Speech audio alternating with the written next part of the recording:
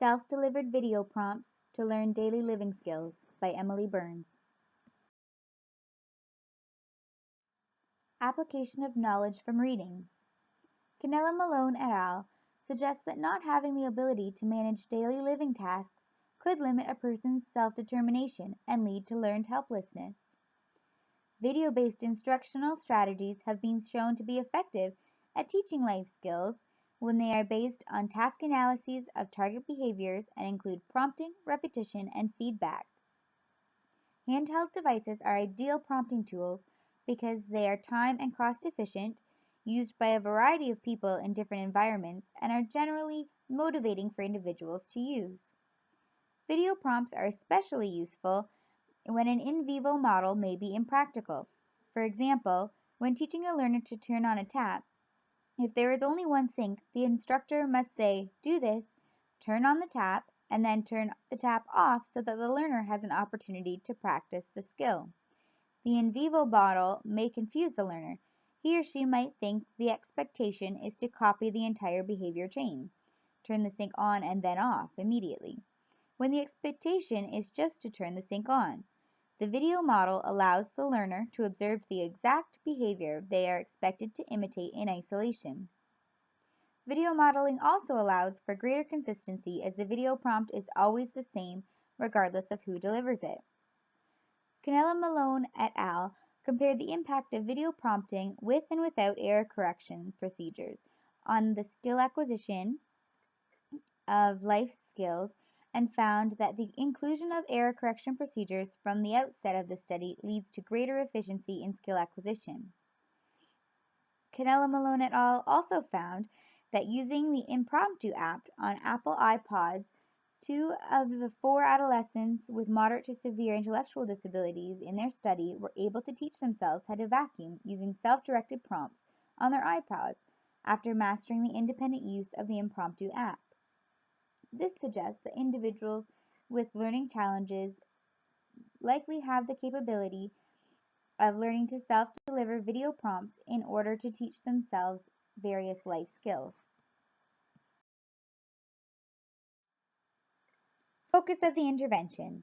The purpose of the intervention was to teach the participant how to self-deliver video prompts on Apple devices to learn a leisure activity, food preparation task, and self-care skill. This is a skill acquisition intervention. The targets were chosen based on a skills assessment. The skills assessment focused mostly on social validity, what is typical, environmental restrictions, and prerequisite skills. In terms of social validity, the intervention was deemed to be cost-effective, have simple procedures. It was noted that the intervention would increase independence and autonomy, and the behavior goals were selected by the client and his family. In terms of what is typical, we considered what leisure activities, self-care routines, and self-help practices other 16-year-old boys engage in. In terms of environmental restrictions, we noted that the participant has access to Apple devices and the materials required to engage in the target behavior chains. The participant was also known to have the necessary prerequisite skills, including the ability to observe and follow auditory instructions and video models, and the ability to manipulate Apple devices. In terms of cultural, social, contextual factors, we noted that Apple devices are commonly used by the general population in a wide variety of environments and are therefore socially acceptable. The participant is quite motivated to use his Apple device, and as the participant is looking forward to graduating high school and transitioning into the workforce, having the ability to self-deliver video prompts on his Apple devices would help him to work more independently.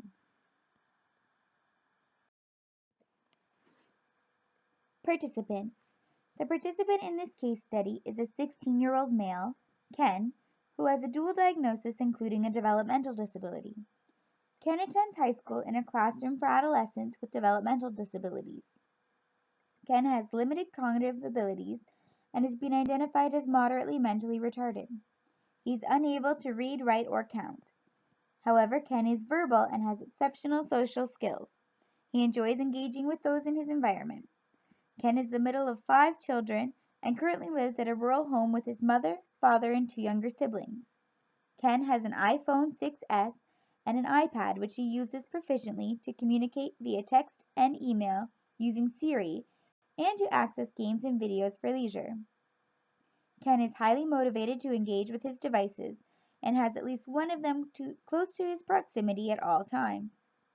As Ken is looking forward to graduating high school and transitioning into the workforce, he and his family are searching for new strategies to support him in developing skills that will increase his independence and allow him more opportunities to participate in his community. Ken and his parents have suggested 3 skills they would like him to master as part of this case study: making a Caesar salad, washing his face, and constructing a paper airplane.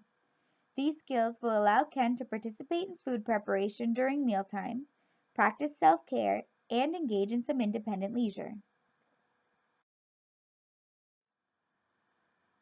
Operational definitions and behavior objectives. The operational definition for independent use of Apple devices is: Ken will manipulate the Apple device using his thumb and/or fingers. He will turn on the device, swipe and enter his password to access his home screen, tap the video prompts icon, tap the impromptu icon, tap the play icon, and pause, repeat, or skip video prompts as needed to successfully complete the associated task analysis. The behavior objective for independent use of Apple devices is: Ken will demonstrate independent use of his Apple device with 90% accuracy across 2 devices, 2 instructors, 2 task analyses, and 2 consecutive sessions. The operational definition for the behavior chains are listed in the slides to come. The behavioral objectives for these task analyses is: Ken will create a paper airplane, the basic dart, wash his face, and make a Caesar salad with 100% accuracy based on the task analyses across a minimum of 2 instructors, 2 locations, and 2 devices. Here is the airplane task analysis steps.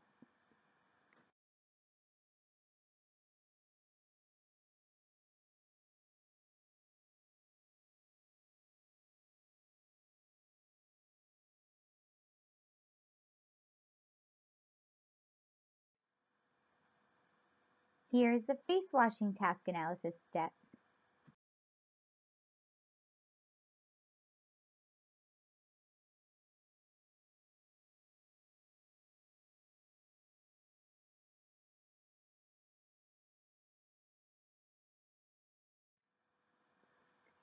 Here is the Caesar salad task analysis.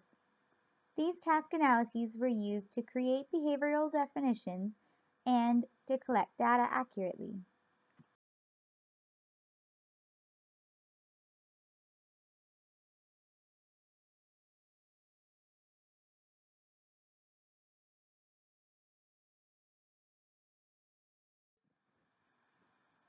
Key aspects of the intervention.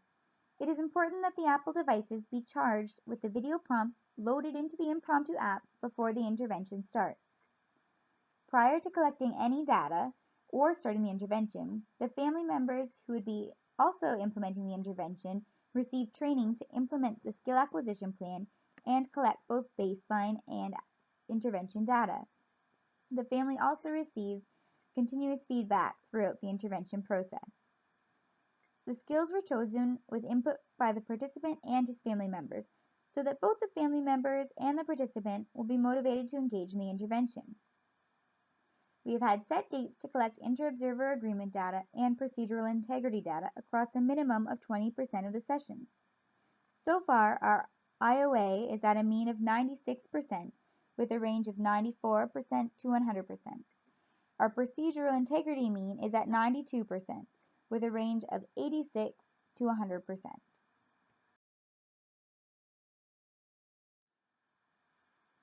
Intervention plan. We started by collecting baseline data for the paper airplane, face washing, and Caesar salad task analyses until a stable trend of at least 3 data points developed. We then started teaching the skill that the participant had the most success with, the paper airplane.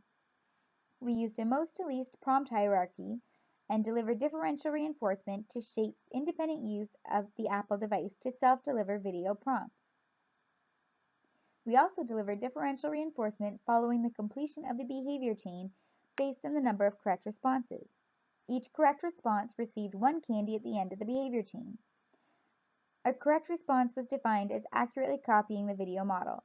It did not matter how many times the client watched the video prompt, so long as he completed the step of the task analyses independently. In terms of error correction, if there was no response within 30 seconds of viewing the video prompt, or the participant demonstrated an incorrect response, we stated, "That's not right, let's watch the video again," or something similar, and then showed the video. Again, if there was still no response within 30 seconds of viewing the video clip a second time, or an error occurred, we again stated something similar to "That's not right, let's watch the video again," showed the video, and fully prompted a correct response. We are in the process of following a systematic plan to quickly fade the delivery of reinforcement and transfer this quality onto the activity itself. The goal is that the completion of the behavior chain and sharing of the completed project with family and friends will become reinforcing enough in itself.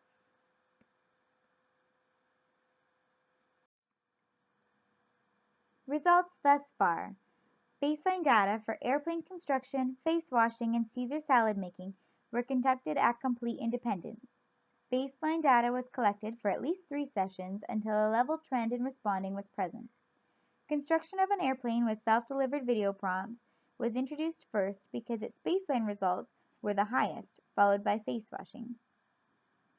No baseline data was collected on the independent use of Apple devices to self-deliver video prompts because the Impromptu app was not yet on the participant's devices and he had never used it before, so it was assumed that some teaching would be required. For airplane construction, the participants scored a mean of 23% in baseline with a range of 22 to 25%. Following intervention implementation, an absolute change in level and trend occurred. Airplane construction was mastered after 9 sessions. Following mastery of the airplane construction, teaching face washing using self-delivered video prompts was introduced. Again, an absolute change in level and trend occurred from baseline to intervention. The participant is well on his way to mastering face washing as well. Once mastered, teaching of Caesar salad making will be introduced with self-delivered video prompts.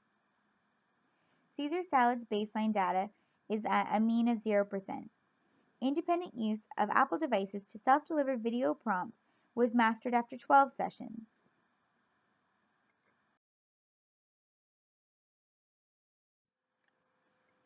Significance of the case study. I'm quite interested in finding innovative ways to use technology to make the participant's environment more accessible to him. I am also interested in building the participant's autonomy so he can live with greater independence and participate more fully in his community.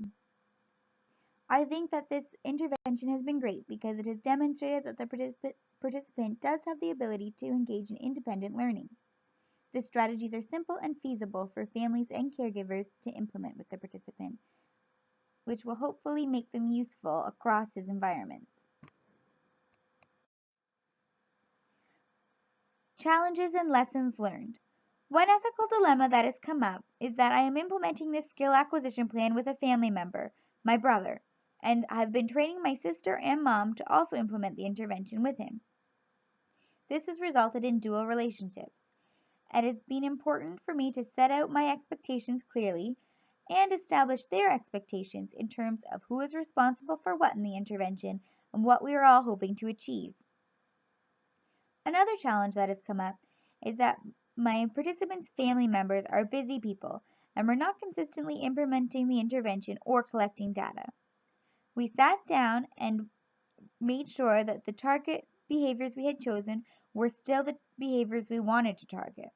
We then brainstormed how I could support my mom and sister to complete the intervention with my brother more consistently.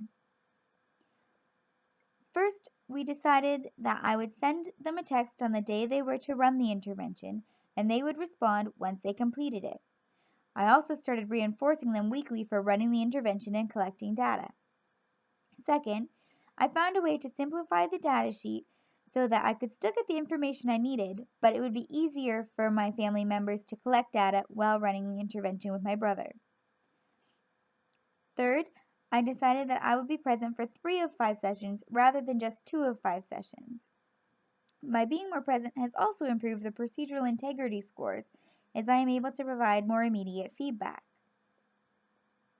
Another challenge that has occurred is that once when the participant got a little frustrated following an error correction, he accidentally deleted the video prompts from his device. I now have a backup file of the video prompts on both of his devices, so we will not lose time if this happens again. Finally, another obvious but initially unforeseen challenge was that the participant had wet hands while engaged in face washing and could not self-deliver his video prompts using his fingers. We introduced the use of a stylus to manipulate the device, and so far this has been quite successful. Discussion. Question 1. What other skills might self-delivered video prompts be useful for teaching? Question 2. What are some benefits of using technology for teaching? What are some challenges? Question 3. Have you heard of other effective, feasible apps for teaching life skills? Question 4. What should the next steps of this skill acquisition plan be? Should the self-delivered video prompts be intentionally faded? Why?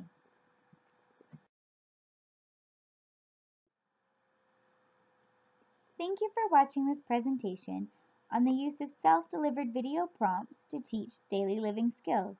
I look forward to our discussion this week.